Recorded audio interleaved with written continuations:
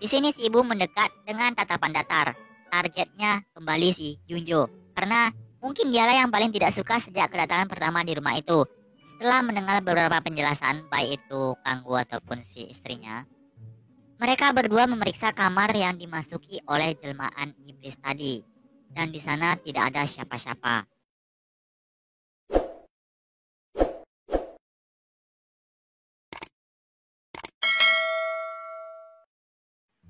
Hari itu, Pendeta Jungso mendapat telepon dari Sunwo. Inti dari percakapan itu adalah Sunwo meminta bantuan kepada pamannya itu karena teror yang mereka alami sudah bukan dalam level yang biasa. Bisa saja mereka terbunuh suatu hari nanti jika permasalahan dengan si iblis tidak diselesaikan.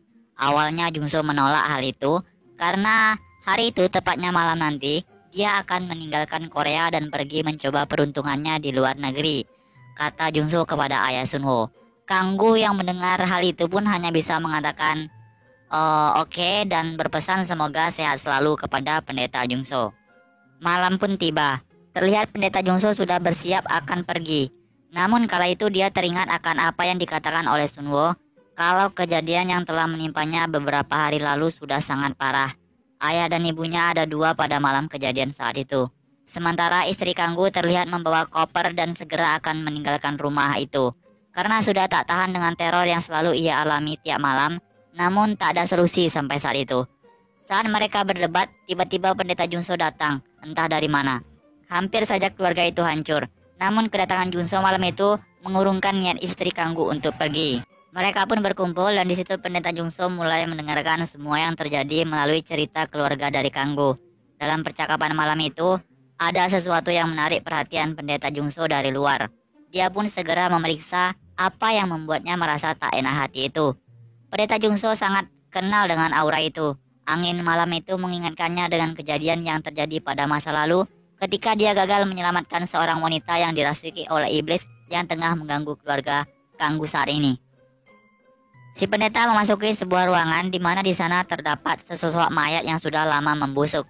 Yang ternyata mayat itu merupakan laki-laki pemilik rumah yang terbunuh oleh si iblis. Dan si iblis mengambil alih badan si pria itu. Jadi bisa disimpulkan kalau iblis ini sangatlah berbahaya. Jauh sebelum keluarga Kanggu pindah ke rumah itu, si iblis sudah mengetahui kalau rumah itu akan ditempati oleh Kanggu dan keluarganya. Dari situ Pendeta Jungso mulai berpikir ia harus selesaikan semua hingga tuntas, walau nyawanya sendiri yang menjadi taruhan. Jam menunjukkan pukul 3:45 pagi. Saat itu Ujong hendak buang air kecil. Dia mencoba membangunkan kakaknya Sunho atau Hyungjo, namun mereka berdua tak ada yang mau bangun. Kebangetan banget tuh ladies-ladies. Ujong mencoba membangunkan pamannya, namun di situ Ujong sangat segan. Ia tahu kalau pamannya baru saja tiba. Pasti dia sangat lelah. Akhirnya Ujong memutuskan untuk ke kamar mandi sendirian.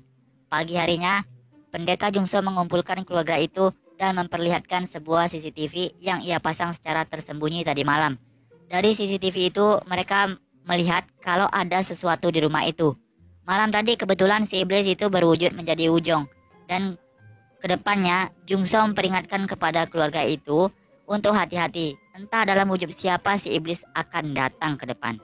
Jungso juga bilang kepada Kanggu saat itu mereka hanya berbicara berdua atau empat mata kalau si iblis sekarang sedang berada di tubuh Sunho, anak tertua dari Kanggu.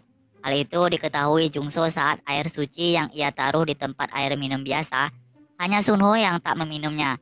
Dari situ si pendeta Jungso berpesan kepada Kanggu untuk menjaga Sunho agar tak kemana-mana, karena dia ingin pergi menjemput gurunya di bandara yang akan datang dari Filipina. Tapi siapa sangka pendeta itu sudah ditelepon oleh si iblis juga yang menjelma dan menyuruhnya untuk menjemput gurunya di bandara.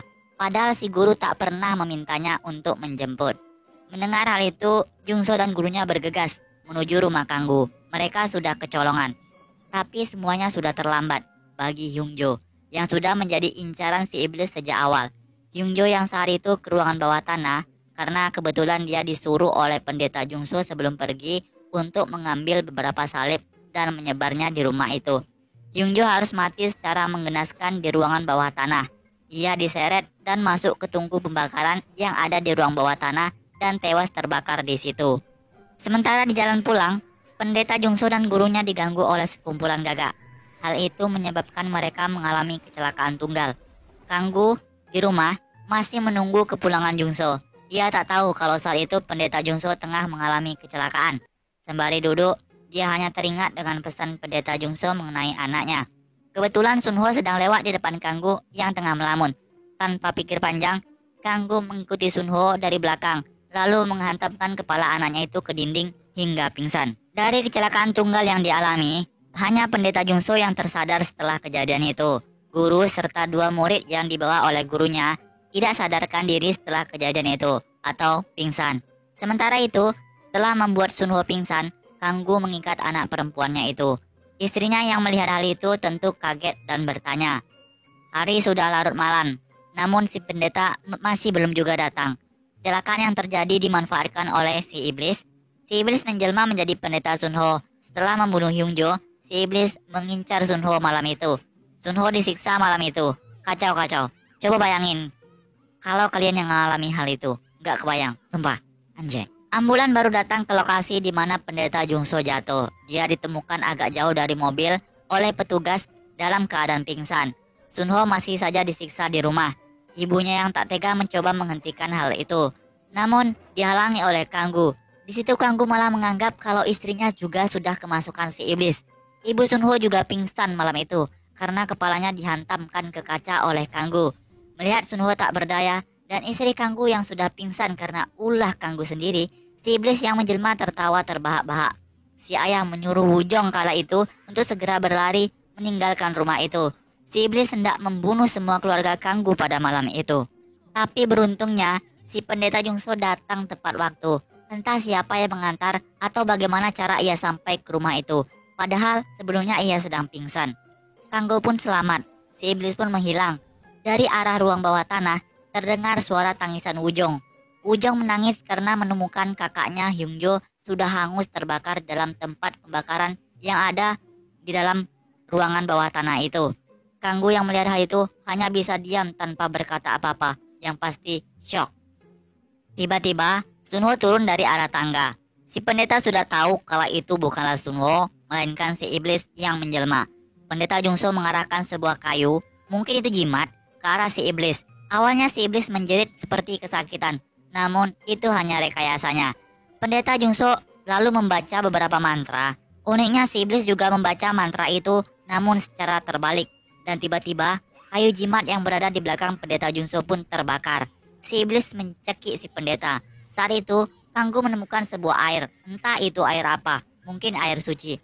Lalu ia menyiramkan ke punggung iblis itu. Lalu si iblis merasa panas yang sangat hebat akibat siraman air itu. Namun hal itu tentu tak bertahan lama. Kanggu pun menjadi target si iblis karena air yang ia siram sebelumnya. Jadi Kanggu kala itu diambang kematian. Dan saya tidak tahu apa yang dilakukan oleh si pendeta. Tapi dia terlihat mengambil kalungnya dan meletakkannya di dada. Lalu mengucapkan beberapa doa. Dan tiba-tiba si iblis tertarik ke dalam tubuh si pendeta. Dalam keadaan setengah sadar, karena si iblis ini sudah berada di dalam tubuh si pendeta, pendeta meminta Kanggu atau abangnya menancapkan sebuah salib ke dadanya. Itu adalah satu-satunya cara agar si iblis sirna. Namun konsekuensinya, tentu si pendeta juga harus meregang nyawa. Kanggu tentu saja tak mampu melakukan hal itu. Terlebih si Jungso ini merupakan adik kandungnya. Karena hal itu, tanpa pikir panjang sebelum si iblis menguasai sepenuhnya dirinya, pendeta Jungso pun menancapkan sendiri salib yang dipegang oleh Kanggu. Setelah itu terucap satu kata oleh Jungso kepada Kanggu. Mungkin itu permintaan maafnya karena telah menyebabkan semua kekacauan ini. Dan akhirnya si pendeta pun tewas. Di akhir film, terlihat Sunho keluar dengan ibunya dari kamar. Mereka pun menangis haru. Tamat. Terima kasih buat kalian yang sudah menonton video ini. Jangan lupa tinggalkan like dan subscribe. Sampai bertemu di ulasan alur cerita film lain.